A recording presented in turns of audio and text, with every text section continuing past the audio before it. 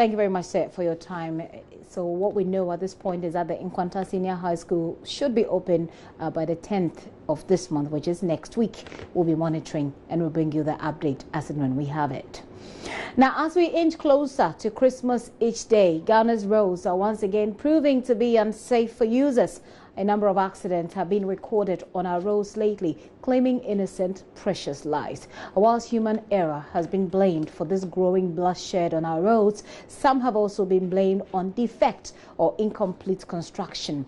Today, we have experts to help us identify these danger signs. But first, let's take you to the Adenta-Madina road, where pedestrian knockdowns have been rampant in recent weeks. Komla Adom looks at the difficulty for school children crossing that dangerous road.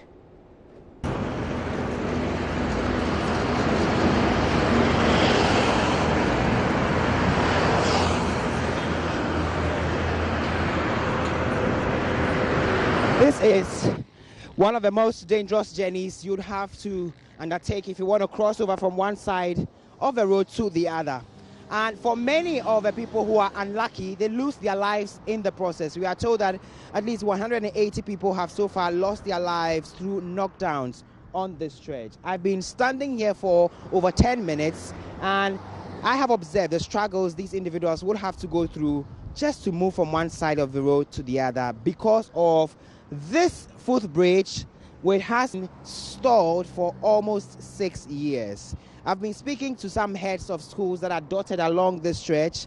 Headmaster of Chotutin Basic School, Emmanuel Achin Kwesi Kwansa, says the school has had to dig deep into its coffers to pay traffic wardens to help their children cross over from one side of the other to the road to go to school. He also says that for many of the parents, it is a case of withdrawing their children from the school just to keep them safe rather than allowing them come to school and lose their lives once they leave home for school. The rate at which cars knock people here is alarming. So we took it upon ourselves to visit the contractors. What they told us was they were not paid. So we had to pack from Ghana. Later, we went to the police station. That is the police responsible for the roads, to get the statistics of those who are being knocked down on this highway. And the statistics was alarming. We followed to the Ghana Roads and Hardway. We wrote a letter there and said, now we come to school every day and we are the comfort of the Almighty God. Because the way the cars speed, anytime you are knocked down, you will die. And for that matter, we solicited some wardens, 3 of them, who come every day for us to give them allowance at the end of every month. So that's what is sustaining us. The traffic light too is not working. It's not working, so it's not helping our situation at all. Apart from that, the school has lost some of their children because the parents are afraid. They come to school only to be told that they are knocked down by a car, which is worrying. That has been the situation for years now. Are learning from school authorities that they are going to be able to fix it only in 2019. It is long overdue. We are talking about lives, and everybody has one life. Once you lose it forever. So they must give this footbridge a priority. So long as the children are going to school every day, we are at risk. Parents are at risk. Everybody is at risk. 2019, I don't think it will help us. They should speed up so that the Ghanaian children who school here and other people who use the road will be safe. 2019 is too far. Now going forward, from now till when they will fix the bridge in 2019, what stopgap measure do you have beyond the payment of the wardens to allow your children to be able to cross, go forth, and what can you put in place as school authorities to prevent people from dying? We have educated our children. Anytime they come to school, they should go near where the traffic wardens are, and they will direct them to school and after school. That's what we have told the children, and also educated the parents at our PTA meetings that they should also talk to their children. That's what we have done. The situation, I have to say, has been compounded by the malfunctioning traffic lights on this stretch. At least 1, 2, 3, 4, 5, 6, 7 traffic lights just from where I stand are all not functioning, and this is what is causing apprehension among many pedestrians and commuters along this stretch. Look, ever since this road was constructed, every single day, trust me, an accident do happen on this road. And I attribute some of these accidents to lack of zebra crossing. Look, this road, there's not even a single zebra crossing on this road. There is no any way you'll be able to cross this road. Look at the footbridge. We don't have any access to the footbridge. The traffic lights are not working, and the cars keep on flowing. So it gets to a time, pedestrians become what? They feel like, look, let me just cross. And the slightest mistake you do, you're dead. At least if the traffic lights are working, there'll be a point in time where the cars will stop, then people can cross. This very spot that we are standing, look, there's been an accident over here, not once, not more than twice, many times, unrecorded ones. Human body parts need to be picked from where we stand here and taken to the morgue later on. Kids, kindergarten kids are crossing this road, this very spot. You can imagine, we adults, we make a lot of mistakes. What about these kids? I don't think this accident that is happening is any more accident. This is happening every day. Something needs to be done about it now. If you can't even do the bridge, look, personally, I'm asking you to do the traffic light. If there's no money to do the traffic light, please, assemblymen, come around the houses. I'm sure the people of this community would contribute to fix the traffic lights, honestly. In fact, it's very, very bad, okay? Why is it bad? Because this is a high road, okay? Cars have been passing here every day. And sometimes you see, ladies, pregnant women, children after school, they are crossing the road and these cars are speeding. I think we want the government to step in right there and please build our footbridge for us because people are dying. It's very, very terrible. But we as citizens, what we are saying is that people are dying. Should we all die, or should our children die? Should our women die? Should our pregnant women die? Our mothers die before they come and feed this footbridge for us? We are begging them, please come and fix it for us before situation get out of hands.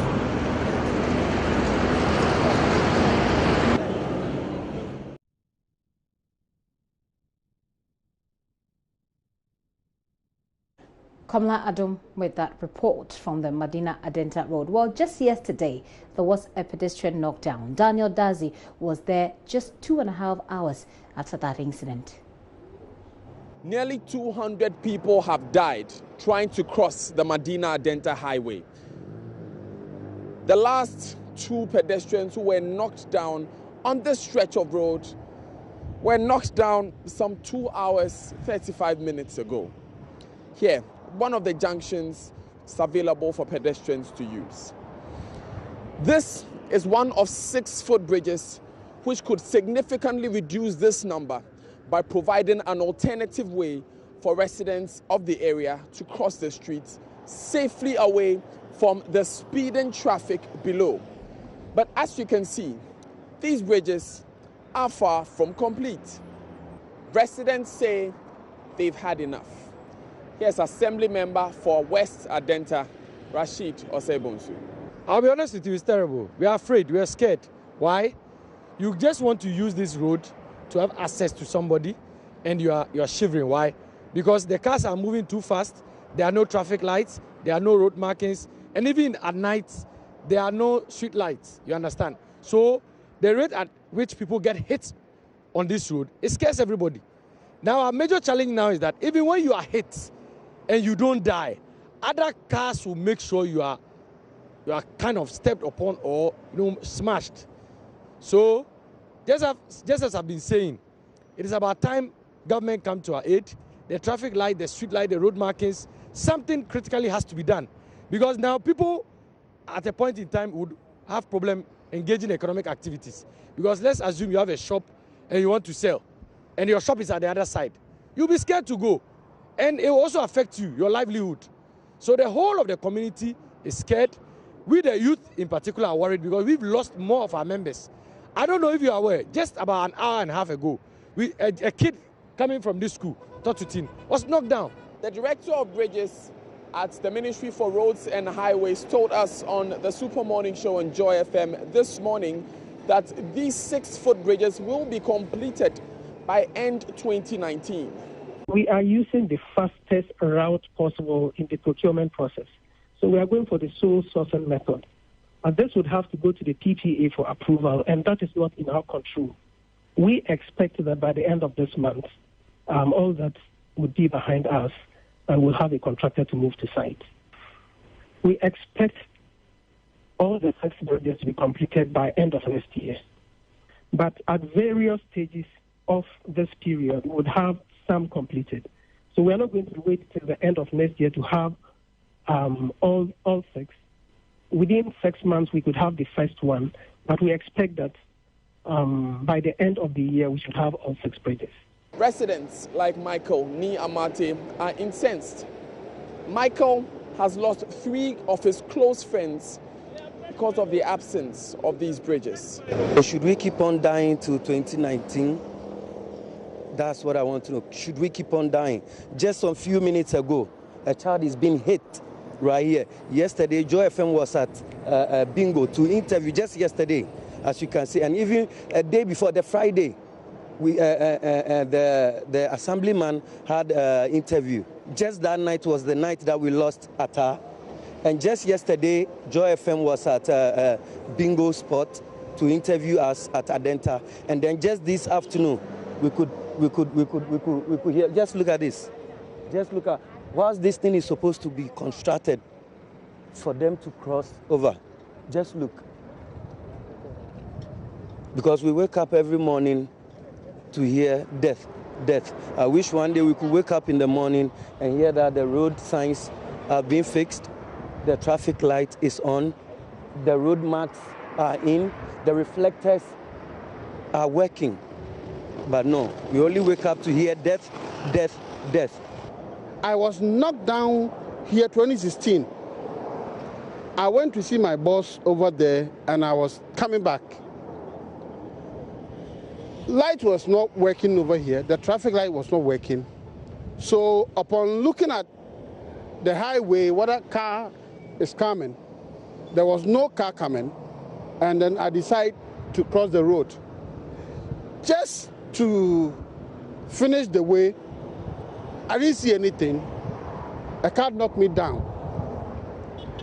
All that I could realize was that the next morning, I was at the hospital at Legon. Who took me there, I don't know. It was divine, a police officer got here and then sent me to hospital. This traffic light has been here since. It's not working. And you see, it's like nobody cares. Daniel Daze, Joy News, Adenta. Does anybody care the number of people we're losing on this road? Well, we'll be talking to some experts on this matter. But before that, Member of Parliament for the area, Boabing Asamoah, has been responding to calls from his constituents to fix the footbridges along the stretch, at least. Well, in the last few days, we hear of 6 dead in Bunsu. We hear of 6 dead in Gumwa. We hear of a reckless truck almost killing the Deputy Minister of Communications and 3 others. And now we have the footbridge thing, and of course, there's some statistics wrapped up about deaths in the footbridge area. I'm not too sure about the statistics. It doesn't matter the numbers. What matters is that all over this country, on a daily basis, we are losing lives. It is the current government's duty to resolve whatever it has met. But it will do that in the context of the legacy issues. We came. There wasn't even a street light on that road. The first thing that confronted both of us, the Madina MP and I, was getting some street lights fixed. You then come up against contractual issues. You come up against design issues. You come up against procurement issues. That entire route is a subject of contractual issues. So it is not just about the footbridges. The footbridges have come up very strongly. And I think the ministry, having seen what has come up, have now realized how strong the sentiment on the ground is. So for me, it is good that there is sentiment on the ground. But when I'm restricting only to footbridges, well, we have issues with traffic lights. The loss of lives started with traffic lights far earlier at SDA Junction. At some point, we managed to get the lights fixed. As I speak, they are not working. So it's not just about footbridges. There are complex issues on that road. Very complex issues of takeover my understanding, over the past 2 years that I've been following the process, my understanding is that government hasn't even taken over the road. My understanding is that there were vast arrears issues that had to be resolved for the contractor to finish. My understanding from the information I've gained from the various technical people is that even the main road hasn't been finished yet. Until the footbridges are finished, and then the main road will then be finalized. These are things that I've heard. In fact, at some point, I was even surprised that they brought lights onto the road just before the election, because I had been fighting for it, and my understanding was that until the road was complete, the lights would not be installed. But they were installed. As I speak, having installed them, our poor maintenance culture comes into being. They are not consistent. This is a country we must turn around. Okay. That's why I'm saying the minister is busy putting together a project to resolve all these issues, but he has to operate in a larger context. Are you aware that the residents in your constituency? Don't forget, we have two major projects going now. We have Sino Hydro, and we have, even in terms of the global view, there's a $500 million advance being negotiated to come in and plug this infrastructure gap. So there are issues, but that must be tackled globally.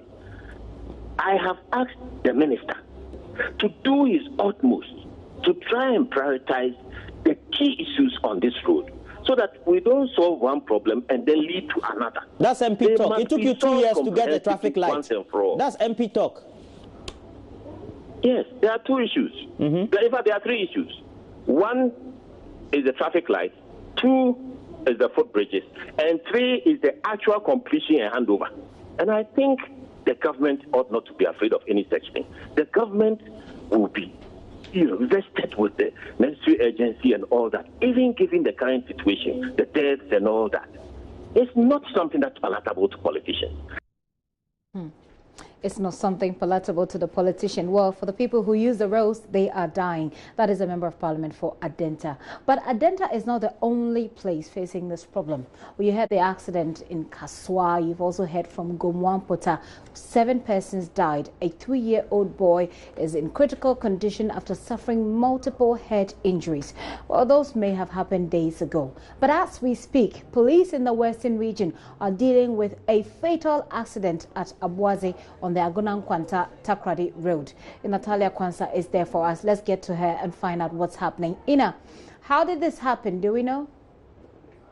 Okay, this happened around 12:40 p.m. today. This accident, just like you rightly said, at Abuaze on the Agunang-Kwanta Takrady Highway. It happened between a Kia with registration number AS6005. 09. It was loaded with firewood, and a tipper truck with registration number AX6053-18. It has been confirmed that the Kia driver died on the spot. Wow. Do we know anything about the rest of the people involved in this accident? The details are now sent. I am told by the people that he would give details as and when we are done with making sure that there is ease over there, because there is traffic at that particular spot for now. Thank you very much. But is this a road that usually records accidents, or is this a one-off thing? It's just one of its kind. Right. Natalia Kwanza there, reporting from the Western region. Ina, thank you very much. So we were just speaking about accidents, road accidents today, and it just so happened that this happened a few hours, just about 2 or 3 hours ago. I'll take a very quick break. When I return, I have experts in the studio, and we'll be talking about what should we do. Really, sometimes you run out of words, sometimes you run out of ideas, but people are dying. We'll be talking about it as Christmas approaches. What can you do in your own small way to save yourself from road accidents, and what should we demand from government and demand from authorities to do? Stay with me here on the show. I'll be right back.